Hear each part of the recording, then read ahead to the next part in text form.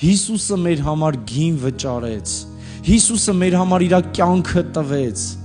Որ գործերով ընդունեցինք հոգուն, որ գործերով սկսեցինք դառնալ հավատացյալ, որ գործերով դառանք Աստծուն հաճելի։ Ես հələ չէի հասցրել ինչ-որ մի բան անել, բացի արձագանքից, որ Տեր ջան փրկի ինձ։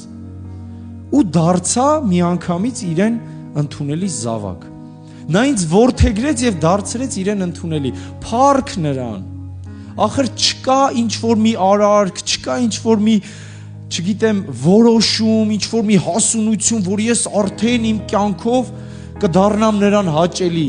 բայց ցավոք կա դեռ էսի մեր մեջ։ Ես այսքան ծառայություն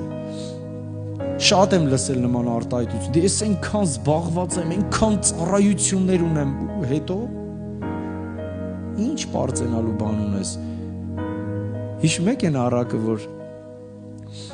դուրս է ելնում, պարապ գտնում է մեկին, Տերը կանչում է Մարի այգումս աշխատի։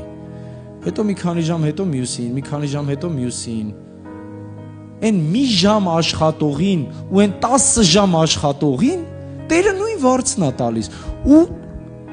էլի եկանք նրան, որ այն 10 ժամ աշխատողը նախանձում է եւ իր հպարտություն իրան թույլ չի տալիս, որ ընդունի այդ ամենը, որ նույն ձևի արժանանում այդ սիրուն, այդ փրկությանը այն մի ժամ աշխատողը եւ ինքը։ Դրա համար մենք չունենք պարծանք։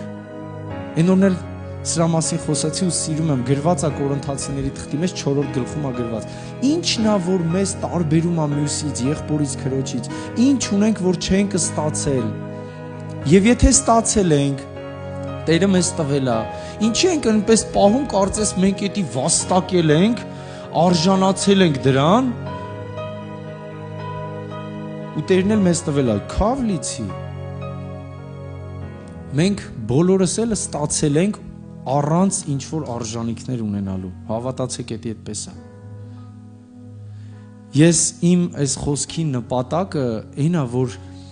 եթե կարեց հաօգնեմ, չգիտեմ, Տերը գիտի, այն է, որ մենք կարողանանք